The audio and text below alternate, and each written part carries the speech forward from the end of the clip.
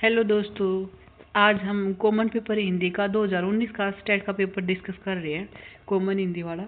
तो 31 से हम देखते हैं किस विकल्प में विसर्ग संधि का प्रयोग नहीं हुआ है। देखो, तिरोधान में विसर्ग संधि है, सिरोधार्य में इसमें भी है, रजोभव में भी है, लेकिन दीप उत्सव को अगर आप तोड़ोगे ना तो दीप प्लस उत्सव दीपोत्सव बनता है। तो इसमें अपना ऑप्शन नंबर जो सी है, इसमें ये नहीं है विसर्ग संधि।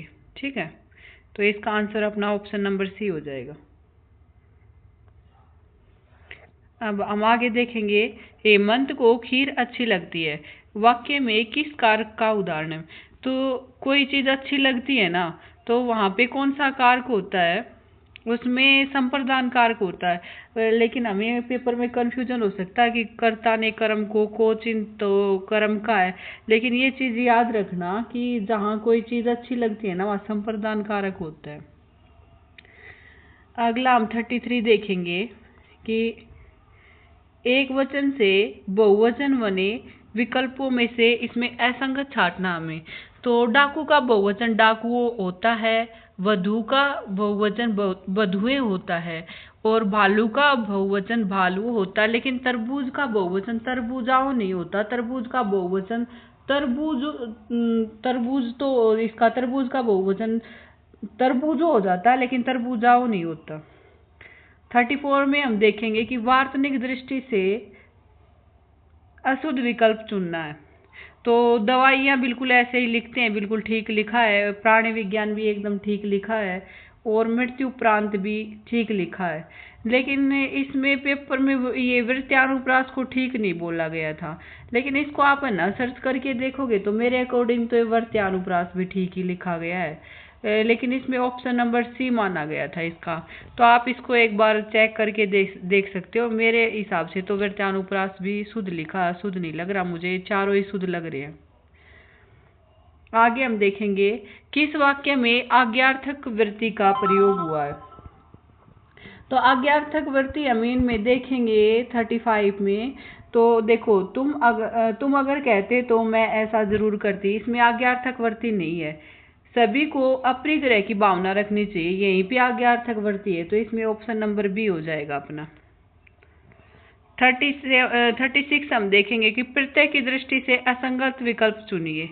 तो इसमें देखो, ऑप्शन नंबर बी में दृष्ट प्लस तव्य द्रष्टव्य होता है। इसमें नीचे के तीनों तो शुद्ध लिखे हैं। विचारणीय इसमें प्रत्यय की दृष्टि से अशुद्ध है, तो ऑप्शन नंबर ए हो जाएगा अपना। विचारण नहीं होता, ये विचार होता है, तो इसमें ऑप्शन नंबर ए ही अपना ऐसा है जो शुद्ध नहीं है। आगे हम 37 देखेंगे किस विकल्प में द्वंद्व समास का प्रयोग नहीं हुआ है। तो द्वंद्व समास बताना हमें, तो पहले काम विग्रह करेंगे तो भक्ष्य अभक्ष्य हो जाएगा, भक्ष्य और अभक्ष्य, तो इसमें द्वंद्व समास है। और फिर देखेंगे कृष्ण अर्जुन, तो इसको तोड़ेंगे तो कृष्ण और अर्जुन, इसमें भी द्वंद्व समास है। और उचित अनुचित को तोड़ेंगे तो उचित और अनुचित, यहाँ भी द्वंद्व समास है। लेकिन अगर हम देखेंगे कि रुद्र प्रिया, तो ये तो बहुब्रीहि समास हो गया कि रुद्र को जो प्रिय है, तो रुद्र की प्रिया कौन है, तो यहाँ माता गौरा का नाम आ जाएगा। तो कोई तीसरा अर्थ दे रहा, तो 37 में रुद्र प्रिया ऐसा जिसमें द्वंद्व समास नहीं है।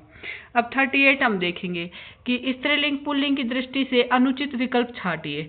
तो इसमें हम देखेंगे कि कुंजड़ा कुंजड़िन होता है, धोबी धोबिन होता है, पापी पापिन होता है, लेकिन तित्र तीतरीन तो कोई शब्द नहीं होता। तीतरीन कहाँ होता, तित्र का तीतरी होता, तो ये फिर भी ठीक हो जाता।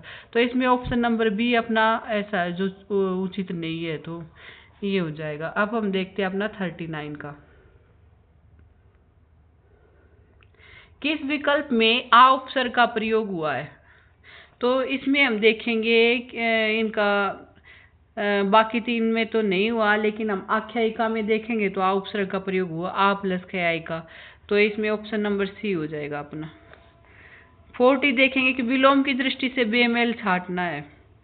आर्य अनार्य होता है, ठीक है, और ये इसका ऊसर का अनुवर तो कुछ नहीं होता। तो 40 में तो मुझे तो ये ऑप्शन नंबर बी या शुद्ध लग रहा है, क्योंकि ऐच्छिक, अच्छा इसमें बेमेल छाटना है 42 में, तो इसमें उर्वर का अनुवर, यही गलत है। उर्वर का उसर्ग होता है, ठीक है। और ऐच्छिक होता है जो कुछ इच्छा का जैसे विकल्प, तो अनिवार्य, अनिवार्य जो करना कंपलसरी होता है, और ऐच्छिक जो हम अपनी इच्छा से करते हैं। और खल का दुर्जन, ये बाकी के सारे ठीक है, लेकिन उर्वर वाला ही गलत है। 42 हम देखेंगे कि पर्यायवाची की दृष्टि से असंगत विकल्प देखना हमें। तो पक्षी को शकुंत, द्विज और नभचर ऐसा कहते हैं, तो पहला ऑप्शन तो अपना ठीक हो जाएगा। बैल को वृषभ, ऋषभ और अक्षधर ये कहते हैं, ये भी ठीक है। वेद का भी ठीक है इसमें, लेकिन ये तो देखो सबसे पहली बात तो ये शब्द पता नहीं अशुद्धि क्यों है इसमें, पेपर में भी शायद ये ऐसे ही आया था, ये हिरण होना चाहिए, हरिंग नहीं होना चाहिए। तो सबसे पहले तो इसमें प्रिंट मिस्टेक ये यहीं पे है। लेकिन इसका कुरंग पलवंग कुछ नहीं होता, कुरंग सारंग ये सब तो होता है, तो इसका ये ही ऑप्शन अनुचित है। ऑप्शन नंबर डी इसमें असंगत हो जाएगा। भाववाच्य वाला विकल्प बताना है। तो देखो, एक तो भाववाच्य में ज्यादातर वाक्य हमें नेगेटिव सेंस वाले मिलते हैं कि उससे काम करा नहीं जाता, उससे चला नहीं जाता, उससे खाया नहीं जाता, लेकिन यहाँ पे कोई नेगेटिव वाला तो नहीं दिया। लेकिन ऑप्शन नंबर बी है ना, गर्मियों में रोज नहाया जाता है, तो यहाँ भी भाववाच्य है, तो यहाँ हो जाएगा 42 का ऑप्शन नंबर बी। 43 हम देखेंगे कि निम्नलिखित में से किस विकल्प में कम शब्द का विशेषणीय प्रयोग किया गया है। तो देखो, गर्मी में कम खाना चाहिए, या ये नहीं है। ऑप्शन नंबर बी को हम देखेंगे कि आज उसने कम खाना खाया, तो खाने की विशेषता हो रही है कि कितना खाना, कम खाना, तो यही विशेषणीय प्रयोग हुआ। ऑप्शन नंबर बी इसका राइट आंसर हो जाएगा। 44 हम देखेंगे किस वाक्य में निपात का प्रयोग हुआ। तो निपात अगर आपको नहीं पता है तो मैं 1 मिनट में बता देती हूँ। ये निपात एक ऐसे शब्द होते हैं जो किसी वाक्य में बल भर देते हैं, जैसे ही, भी, ये इस टाइप के शब्द होते हैं जो अतिरिक्त होते हैं। उनका हमें देखा जाए तो ऐसा लगता है कि इनकी वाक्य में कोई ज़रूरत नहीं थी, फिर भी आ जाते हैं। जैसे हम इसको देखेंगे, तुम आज दिन भर सोते ही रहोगे। ऐसे भी पूछ सकते थे कि तुम आज दिन भर सोते रहोगे, तो सेंटेंस ठीक रहता। लेकिन ये ही है ना, इसने आके इसमें अतिरिक्त बल भर दिया, तो इसमें ऑप्शन नंबर जो सी है ना, इसी में निपात का प्रयोग हुआ है। ठीक है, अब आगे हम देखेंगे 45 में दुर्घटना क्यों और कैसे हुई। वाक्य में क्रिया विशेषण का भेद इंगित करना।